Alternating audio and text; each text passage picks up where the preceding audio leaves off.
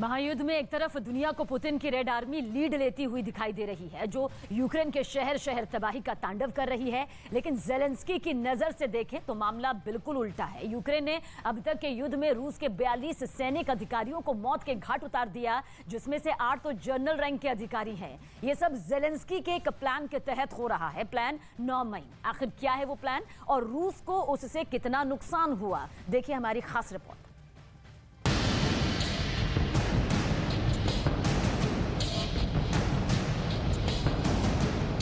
Доброго дня.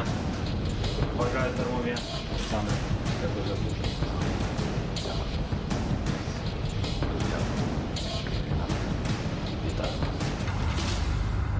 इस वीडियो में छिपी है यूक्रेन की नई रणनीति।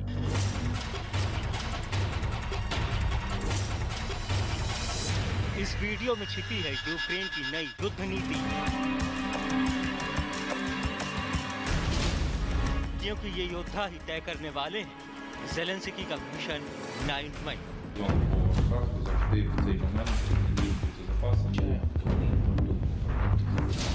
जेलेंस्की का मिशन 9 मई क्या है? ये प्लान किसके खिलाफ बना?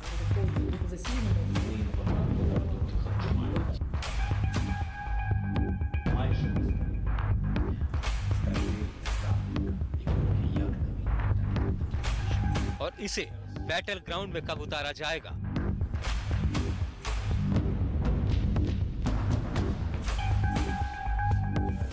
इसका पूरा प्लान बताएंगे, लेकिन इसके पहले देख लीजिए कौन है ये योद्धा।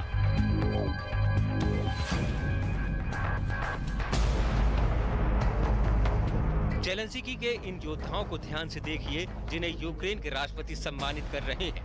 वो यूक्रेन के वही योद्धा हैं जिन्होंने रूस की सेना को आईना दिखाने का काम किया है।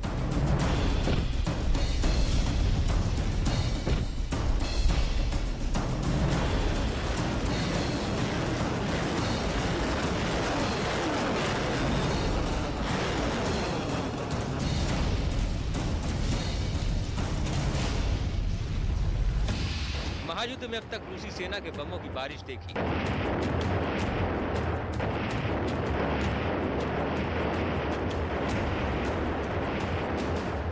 मिसाइलों की मार देखी,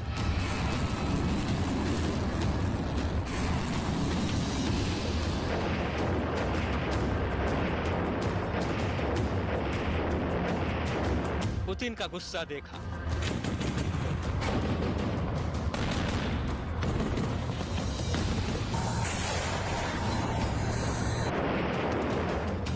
लेकिन अब देखिए जेलेंस्की की सेना का काउंटर अटैक।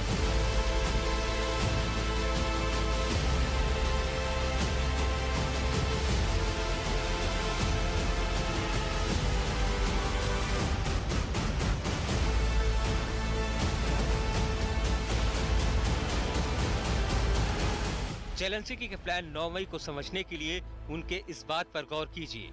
Успіхи наших військових на полі бою дійсно вагомі, дуже. Історично значні, але ще недостатні, щоб очистити нашу землю від окупантів. व्लादिमीर जेलेंस्की अपनी सेना को बधाई दे रहे हैं, अपनी सेना का यशोगान कर रहे हैं, उन्हें सम्मानित कर रहे हैं।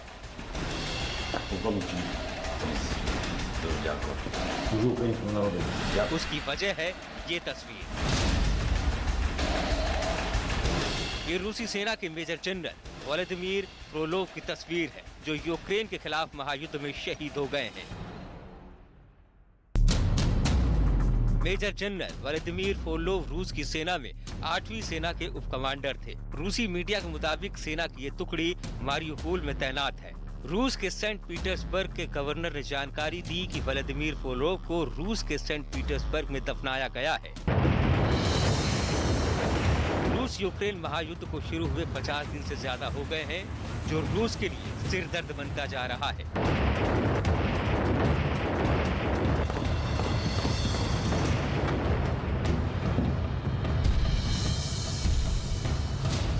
महायुद्ध में अब तक व्लादिमीर पुतिन के 8 जनरलों की मौत हो चुकी है, तो 34 कर्नल यूक्रेन के खिलाफ युद्ध में अपनी जान गंवा चुके हैं। यूक्रेन चुन चुन कर रूस के कमांडर्स को टारगेट कर रहा है। रूस की सैन्य कमान में खलबली मचाना यूक्रेन का मकसद बन गया है। रिजल्ट सामने है। महायुद्ध में अब तक रूस के 42 कमांडर ढेर हो चुके हैं।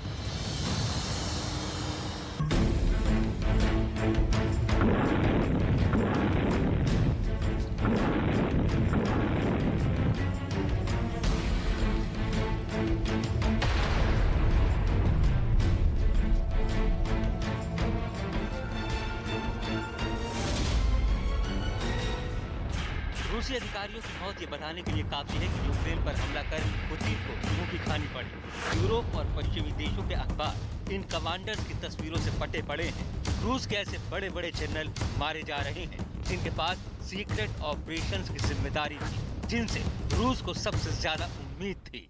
जनरल फ्रंट पर मौजूद थे। अब रूस इन्हें बहुत सस्ते में गंवाता जा रहा है।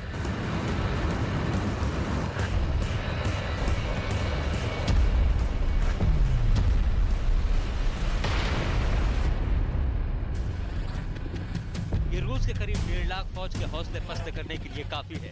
रूस की ये फौज इस वक्त यूक्रेन के युद्ध में शामिल है। 1 लाख फौज यूक्रेन बॉर्डर पर रिजर्व के तौर पर तैनात है, लेकिन 2 महीने से भी कम समय के युद्ध में ही 42 कमांडरों का मारा जाना रूस की बैटल टैक्टिक्स यानी युद्ध लड़ने के तरीके पर सवाल उठा रही है। यूक्रेन में सत्ता परिवर्तन के लिए पुतिन ने पहले अटैक एंड विन की रणनीति पर युद्ध शुरू किया था। उन्होंने यूक्रेन पर हमला किया और दुनिया को उससे दूर रहने, परमाणु युद्ध की धमकी तक दे डाली। फिर धीरे धीरे खार्किव, चेर्नोबिल, चेर्निव और दूसरे इलाकों पर कब्जा करते हुए कीव की ओर बढ़ते रहे। लेकिन इस रणनीति में रूसी सेना को अच्छा खासा नुकसान उठाना पड़ा। आंकड़ों की माने तो यूक्रेन ने अब तक रूस के 20,300 सैनिक, 773 टैंक, 2,272 बंद गाड़ियां, 376 artillery unit, 127 multi rocket launcher, 66 anti aircraft system, 165 लड़ाकू विमान, 146 हेलीकॉप्टर और 148 ड्रोन मार गिराए हैं। इसके बाद तो यूक्रेन की सेना ने रूसी सैनिकों को युद्ध क्षेत्र से भागने का भी दावा किया है।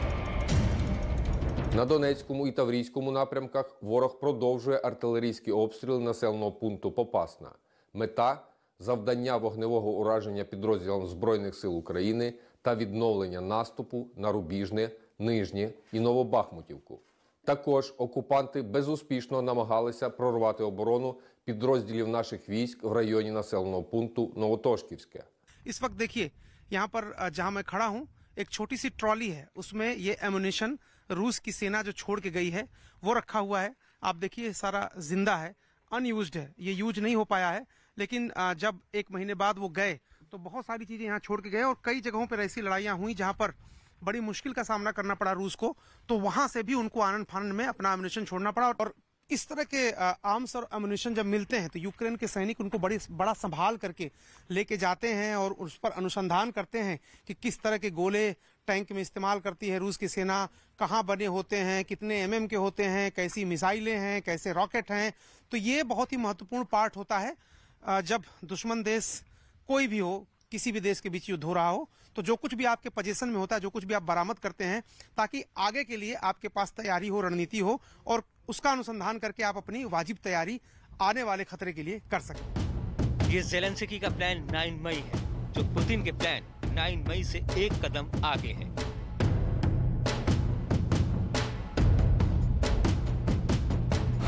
दरअसल रूस हर साल 9 मई को विक्ट्री डे मनाता है। द्वितीय विश्व युद्ध में इसी दिन सोवियत संघ ने जर्मनी के ऊपर जीत हासिल की थी। 9 मई को हर साल मॉस्को में विक्ट्री डे की परेड निकलती है। इसीलिए पुतिन चाहते हैं कि 9 मई से पहले तक यूक्रेन का युद्ध खत्म हो जाए। पुतिन चाहते हैं कि महायुद्ध का परिणाम 9 मई से पहले तक सुनिश्चित हो जाए।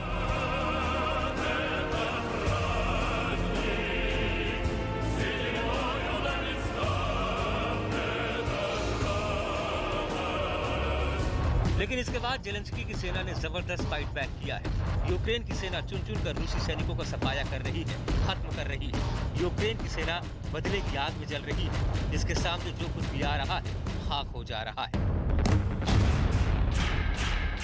खुद व्लादिमीर ज़ेलेंस्की ने दुनिया भर के नेताओं से यूक्रेन की मदद करने की अपील की है, क्योंकि अब सुलह के रास्ते बंद हो गए हैं और ज़ेलेंस्की का प्लान 9 मई एक्टिव हो गया है। Чим більше і чим швидше ми отримаємо всю зброю, яку запросили, тим сильніші будуть наші позиції, тим скоріше буде мир. इसके बाद अमेरिका ने यूक्रेन को $800 मिलियन की अतिरिक्त मदद देने का ऐलान किया है, जिसमें यूक्रेन को भारी हथियार और सैन्य उपकरण मुहैया कराए जाएंगे, जिसमें 11 Mi-17 helicopter, 300 switch-blade drone, 18 howitzer तोप, 200 Mi-13 सैन्य वाहन, 10 counter battery radar, 500 javelin missile और 30,000 हेलमेट और बॉडी आर्मर छूट देने वाला है। यूरोपियन यूनियन ने भी यूक्रेन को युद्ध में जल्द से जल्द हथियार मुहैया कराने का भरोसा जताया है। इसीलिए यूक्रेन युद्ध के मैदान में अड़ा हुआ है, रणभूमि में डटा हुआ है। उस पुतिन के सामने, जो दुनिया के सबसे ताकतवर इंसानों में से एक, लगभग 6,000 परमाणु हथियार उनके एक इशारे पर दुनिया के किसी भी कोने तक से 10 मिनट में तबाही का तांडव मचा सकते हैं। उसके सामने ज़ेलेंस्की हार मानने को बिल्कुल तैयार नहीं है। वो युद्ध हर वो तरीका अपना रहे हैं जिससे युद्ध में उनके सैनिकों के सीने पर गोलियां नहीं, जीत का तमगा ठिठोके। І всі, хто довгі роки стояв в черзі, увесь наш народ, який заслуговує на життя в сучасному середовищі, щоб реалізувати цей проект, ми вже залучаємо провідних архітекторів, увесь потенціал нашої держави та міжнародну підтримку. Додамо участь компаній, держав-партнерів, міжнародних донорів. Абсолютно немає сумнівів. साफ है, भले ही रूस ने तीसरे विश्व युद्ध का ऐलान कर दिया हो, लेकिन पुतिन और उनकी रेड आर्मी को यूक्रेन युद्ध में रोज नए नए सबक मिल रहे हैं। बैटलफील्ड में ज़ेलेंस्की के प्लान 9 मई का सामना करना पड़ रहा है। ऐसे में रूस के कई हथियारों के साथ उसके लड़ने के तौर तरीकों की पोल खुल गई है। रसद यानी सप्लाई लाइन को कायम रखना रूस के लिए चैलेंज साबित हुआ है। और इस बीच गुरिल्ला युद्ध रूस के लिए अभी यूक्रेन में सबसे बड़ी चुनौती बनकर उभरा है, क्योंकि इसमें रूस सिर्फ अपने बड़े बड़े फौलादी हथियार ही नहीं, बल्कि पुतिन अपने काबिल और अनुभवी अफसरों को भी खोते जा रहे हैं। यही वजह है कि रूस की फौज अब ऐसे रिहायशी इलाकों में भी खुलकर बमबारी कर रही है, जहां उसे यूक्रेन की फौज या मिलिशिया के छुपे होने की खबर मिलती है। यूक्रेन की जंग अगले कुछ दिन में अगर नहीं थमी तो रूस को अपनी रणनीति में बहुत बड़े बदलाव की जरूरत पड़ेगी। उस नई रणनीति के साथ रूसी फौज का हौसला कायम रखना भी पुतिन के लिए सबसे बड़ा काम होगा।